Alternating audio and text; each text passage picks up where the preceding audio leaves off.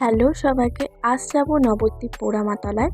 তো আজকে যেহেতু শেষ সোমবার, তার জন্য বাবার মাথায় জল ঢালবো। এর জন্য সকাল সকাল রেডি হয়ে বাস স্ট্যান্ডে চলে এসেছি। আর আমাদের স্টেশন থেকে বাস স্ট্যান্ড কাছাকাছি। আর যেহেতু একটা টপিসের পরই ধুবুলিয়া থেকে টোটো ধরবো। আর এখানটায় কিছুক্ষণ দাঁড়িয়ে ছিল, আর এখান থেকে টোটো ধরবো। আর টোটো ধরে নিয়েছি। আর এখান থেকে মায়াপুর যাব। মায়াপুরে দাঁড়াবো না, ওখান থেকে ঘাট পার হয়েই নবদ্বীপ যাব একবারে। তারপরে আসার সময় ইচ্ছে আছে যাওয়ার, যদি সময় থাকে অবশ্যই যাব। ইচ্ছে তো আছেই, কেন মায়াপুর দর্শন করতে কে না চায়। আর এই যে রেল লাইনের পাশ দিয়ে মায়াপুরের রাস্তাটা, তো এখানটায় রেল লাইনটা পড়ে। আর এখানটায় বাসও যায়, তো আমার বাস থেকে মনে হয় টোটোতে যাওয়া অনেক বেটার, কেননা বাসে যা ভাড়া টোটোতেও তা ভাড়া লাগে, তো একটু বেশি হয়। তো ফাঁকাতে যাওয়াই ভালো। আর এদিকে একটা বট গাছ পড়ে, ওটা তো অসাধারণ লাগে, কারণ ওখানটায় সব ঘন্টা দাঁড়ায়। আর এই দেখো ভিউটা কত অসাধারণ লাগছে। আর এইদিকে আমরা একটু ফটো তুলছিলাম, আর এদিকে ভিডিও হয়ে গেছে। আর এই জায়গাটা আমার এত ভালো লাগে, যখনই আসি, মায়াপুরে এসেছিলাম আগে, আর এই জায়গাটা আমার বেস্ট লাগে। এখানটা একটা পুকুর আছে, আমার ভালো লাগে। আর এইদিকে দেখো মন্দিরগুলো দেখা যাচ্ছে, চলেই এসছি।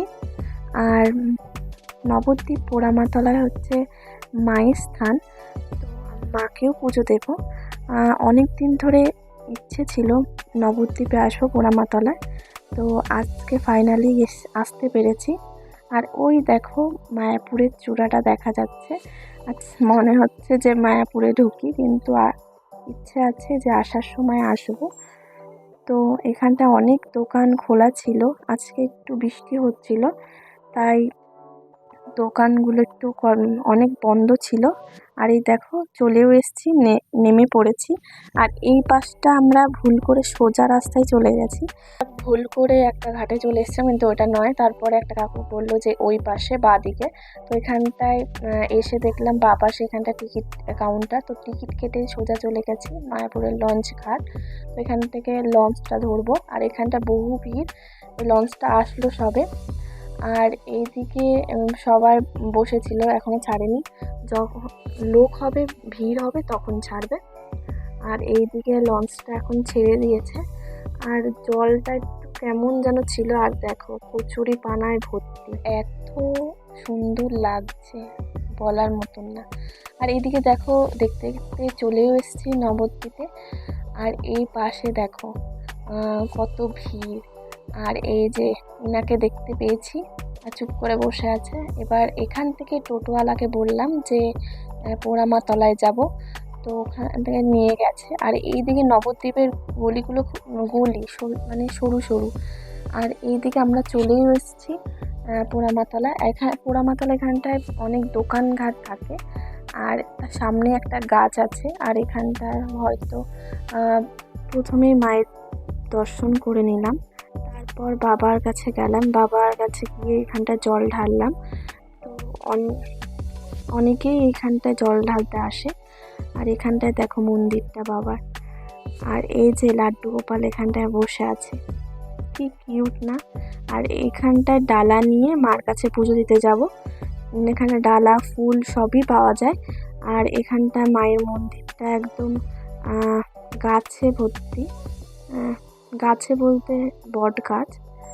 আর এখানটা হচ্ছে মা ভবতারিণী, এটা আলাদা মন্দির, একই সঙ্গে কিন্তু আলাদা আলাদা জায়গায়। তারপরে বাবার প্রসাদ খেয়ে উপোস ভঙ্গ করে তারপর একটু ঠান্ডা কিছু খেয়ে নিলাম, কারণ সকাল থেকে উপোস ছিলাম। আর এখানটা 100 টাকায় ব্লাউজ বিক্রি হচ্ছিল, আর একজন চলে গেছে। আর আমি এখানটায় দেখছিলাম, ওই যে চূড়া দেখা যাচ্ছে। আর আমি গঙ্গার জল নিয়েই আবার রিটার্ন এখানটায় চলে আসি লঞ্চের জন্য অপেক্ষা করতে। আর এখনো আসেনি, আর এই দেখো আসছে, তো উঠে পড়েছে। আর দূর থেকে দেখো কি সুন্দর ভিউটা না, আর মায়াপুরের একদম চূড়াটা দেখা যাচ্ছে। আর এখান থেকে আমি একদম চলে এসেছি, আর এখান থেকে টোটো ধরে নিয়েছি, মায়াপুর যাব। ঠিক করলাম মায়াপুরে খাবারটা খাবো ভেতরে গিয়ে। এখন যেহেতু দুপুর, তাই ওই 40 টাকার থালিটা পাওয়া যাবে। তো ভেতরে গিয়ে খাবো। আর এখানটা চলেও এসেছি। তো এখানটায় 40 টাকার থালিটা পাওয়া যাবে। আর এই দেখো, আর এই যে এখানটায় বলরাম সুভদ্রা জগন্নাথকে কি সুন্দর লাগছে না, চোখই ফেরানো যাচ্ছে না।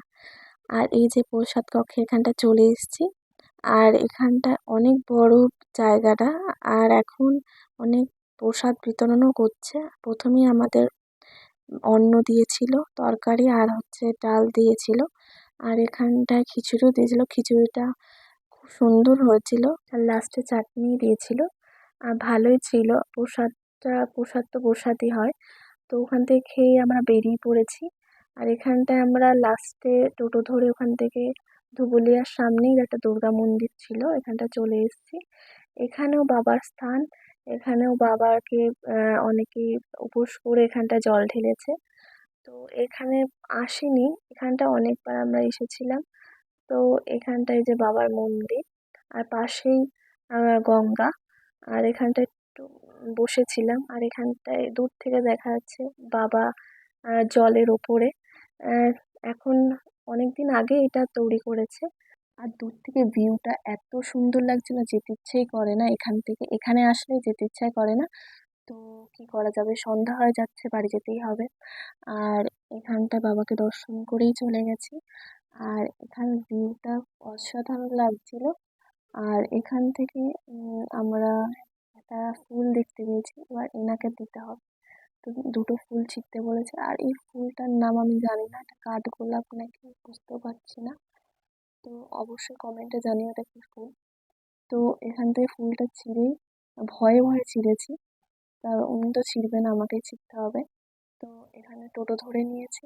আর আমাদের ব্রিজটার ভিউটা দেখো কত সুন্দর লাগছে। এটা আর এটা আমাদের ওভারব্রিজ। আর ওভারব্রিজ থেকে নেমেই আমরা হচ্ছে ফুচকার দোকান পেয়েছি। তো ফুচকা তো না খেয়ে বাড়ি যাচ্ছি না, ফুচকাটা খেয়ে নিয়েছি। আর কাকু খুব আস্তে আস্তে দিচ্ছে, আমি কাকুকে বলছিলাম যে তাড়াতাড়ি দাও, তাড়াতাড়ি দাও। ফুচকা দেখলে আমার কেন জানি না তাড়াতাড়ি খেতে ইচ্ছা করে। আর এখানটায় আস্তে আস্তে দিচ্ছিল। আর আমরা তাড়াতাড়ি যাবো, টোটো ধরতে হবে। তো টোটো ধরেই আর এখানটা দেখো টোটোর মধ্যে মনে হয় আমার রাজ্য। এখানটা খুব খুব ব্যথা হয়ে গেছিলো, তার জন্য পা লম্বা করে রেখেছি। আর ভিডিওটা ভালো লাগলে লাইক কমেন্ট সাবস্ক্রাইব করে দিও। ভিডিওটা এ পর্যন্তই।